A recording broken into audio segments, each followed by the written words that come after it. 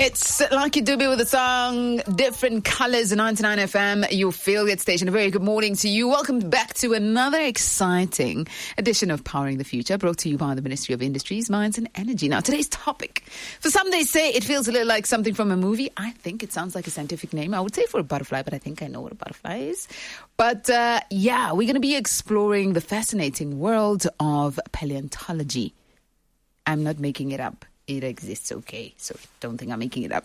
No, Namibia is actually home to some of the most remarkable fossil discoveries on the African continent.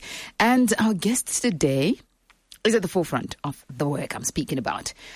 She is in here with me, and I can't wait for another moment that feels like a lesson in class. Miss Helke Mocke, how are you doing this morning? I'm doing very well. Yeah. I mean, we had such a great conversation off air. I can't wait to bring it back on here. And if you're just joining in, Miss Helke Mocke is a paleontologist from the Geological Survey of Namibia. Now, from dinosaur footprints to ancient plant life, listen, today's lesson, we'll be learning how Namibia's prehistoric past is actually helping shape its scientific future.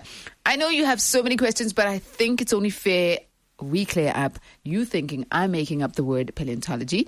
So, Ms. Helke, maybe if you can just, like I said, the word paleontology sounds like either something from a movie or, for me at least, a scientific word for some sort of animal. What exactly does your job as a paleontologist involve, and why is it so important to Namibia?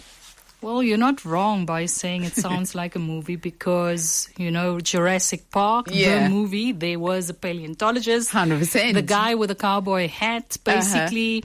And that's what most people think of paleontologists. They think it's usually a man with a hat and some khaki clothes, things like that. But actually you get many different types of paleontologists. Yeah. And often it's also confused with archaeology as well.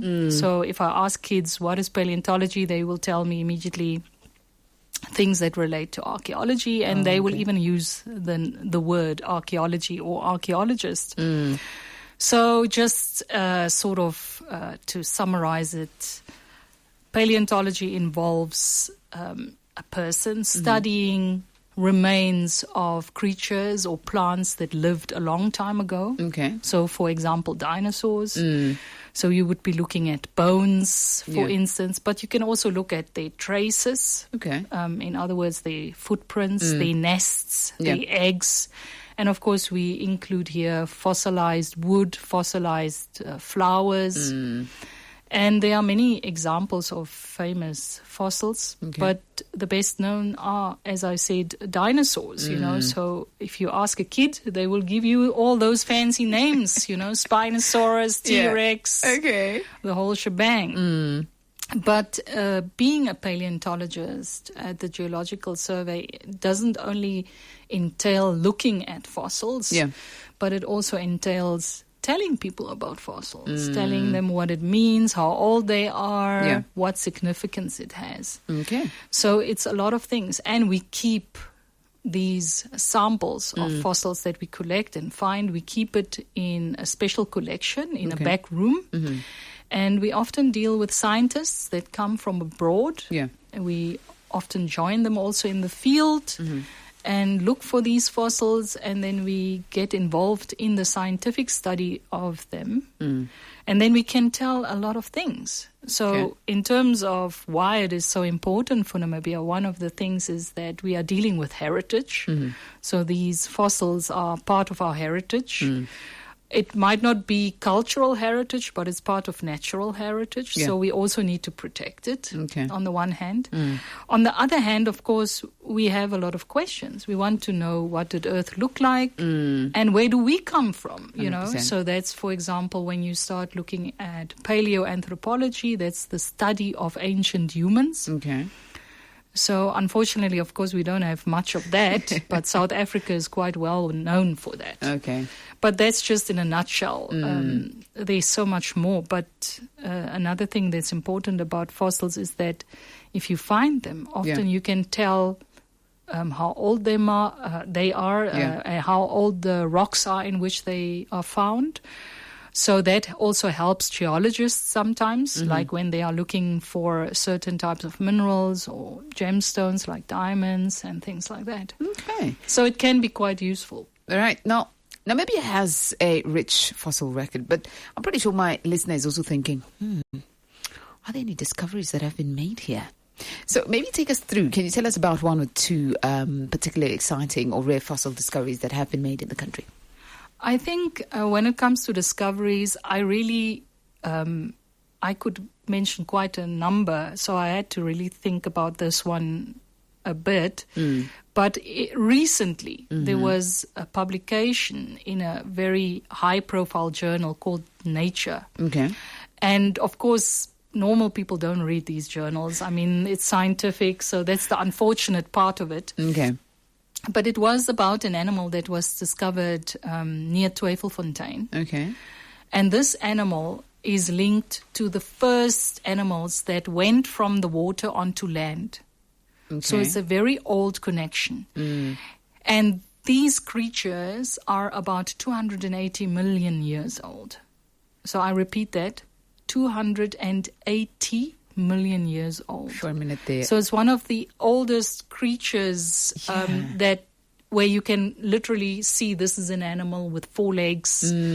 But it was a strange thing because it lived in a sort of lake that was between the mountains. All right. And that lake was icy cold because our continents were fused together, South America, India, Madagascar, Australia and Africa, forming a large continent. And that continent was closer to the South Pole and it was covered in glaciers. So as it moved towards the equator, those glaciers started melting, creating lakes here and there.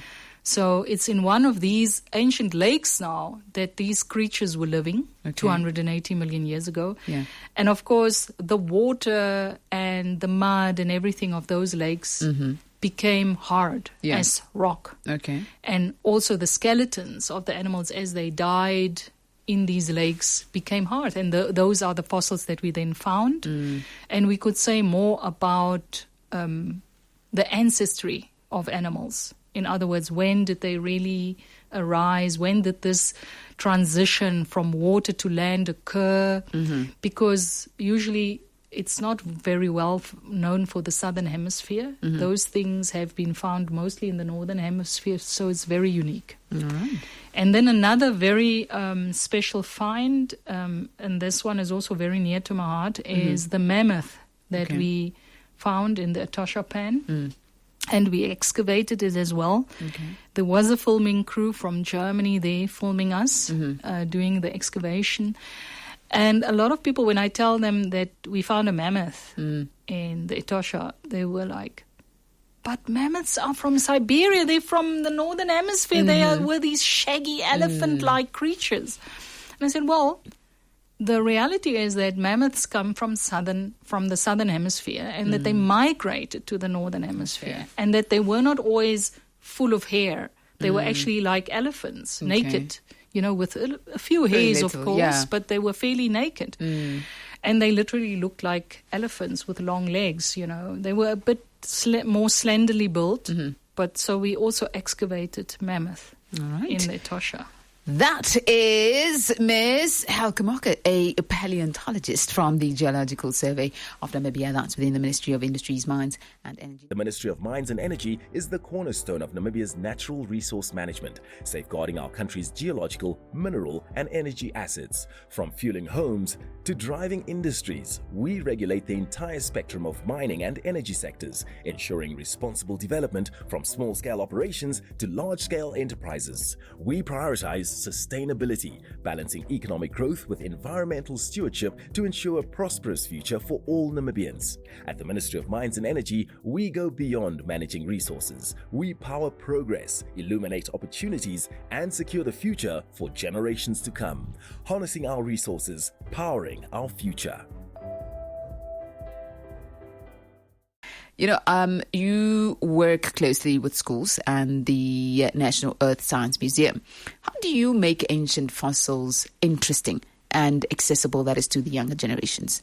Well, first of all, I don't even have to make it interesting. The moment those kids walk into the museum, they start screaming when they see the dinosaur model there. And when they see my dinosaur digging pit, they go like, oh, we can find fossils. And they go nuts there.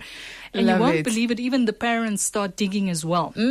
They specifically ask me, can we also dig? So it's sort of not difficult.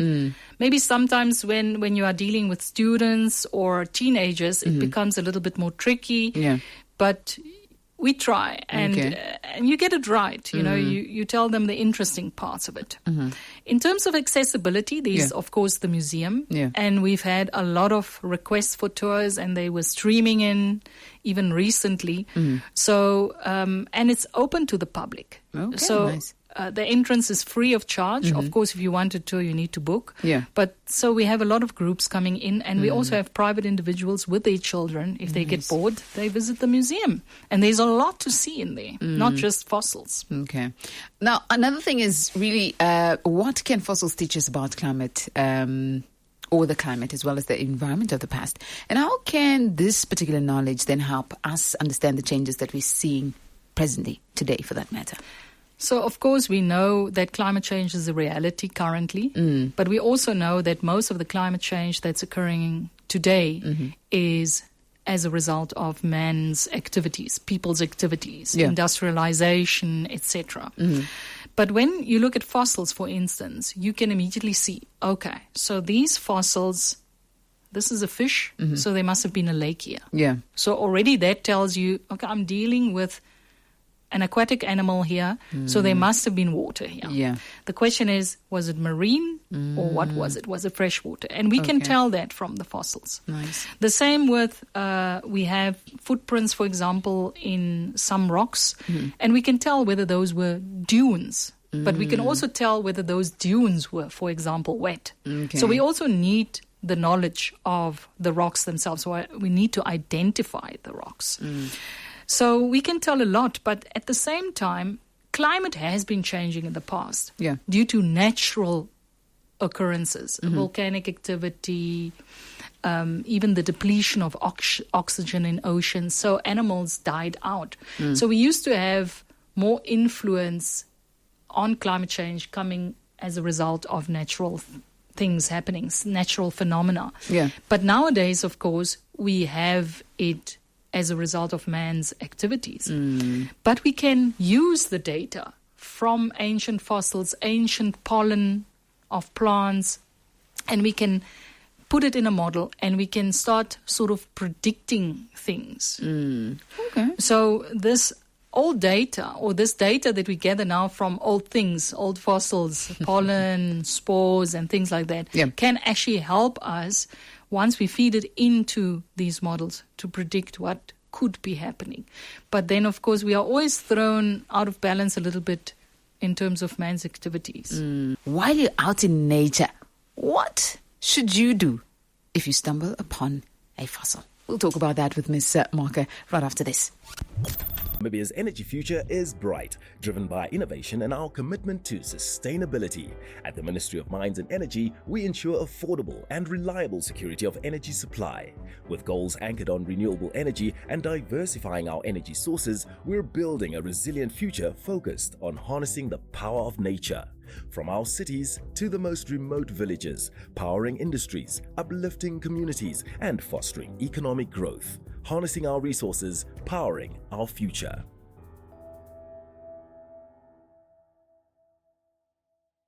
We are wrapping up on the side of things that I don't want to come to an end, but we can't keep Ms. Mocke here because, she says she keeps busy, and we understand why.